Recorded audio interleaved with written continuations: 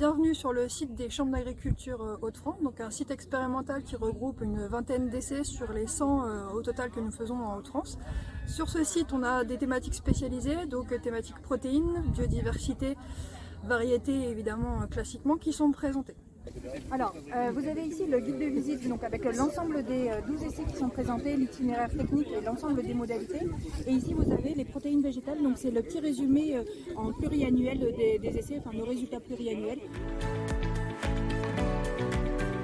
La plateforme régionale de Catenois, on teste différentes cultures protéines, le soja, le lupin, les pois chiches. Donc ce qu'on peut retenir, c'est que le soja, c'est celle qui donne les meilleurs rendements. En moyenne, on est autour de 20-25 quintaux. L'année dernière, on a fait un rendement 45 quintaux.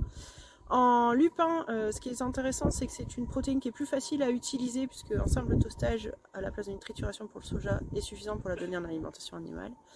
Et sur les pois chiches, on est toujours dans la phase de faisabilité puisqu'on est à 2 récoltes sur 4 années d'essai.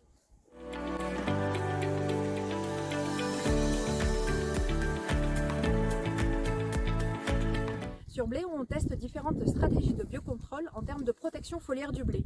L'objectif est d'augmenter la résistance et la tolérance du blé aux maladies foliaires. On teste des extraits fermentés, des macérations, des infusions, mais aussi des huiles essentielles et des oligo-éléments.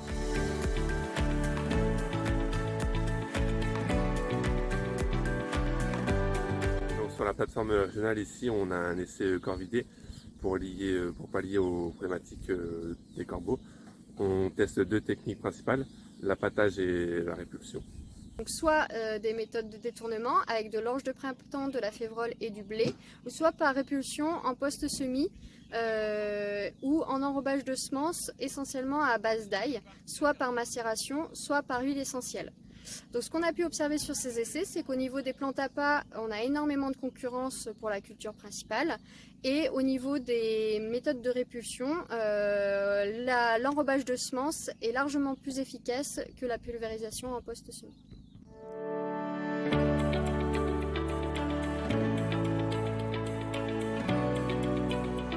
Sur le pôle biodiversité ont été implantés une vitrine de différents mélanges fleuris.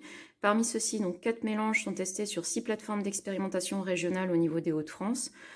Par rapport à la couverture du sol et la levée de chaque espèce, l'intérêt pour l'alimentation et la préservation des insectes pollinisateurs et l'intérêt pour la favorisation des insectes auxiliaires des cultures. Alors ici, on vous présente un ensemble de cultures, mais également la biodiversité. C'est une plateforme à vocation de développement. Ici, on ne vous présente pas ce qu'il y a de mieux, on vous présente ce qui sera demain et on travaille dans ce sens-là et je tiens particulièrement à remercier nos équipes de pouvoir avoir cette vision avant-gardiste de notre agriculture régionale.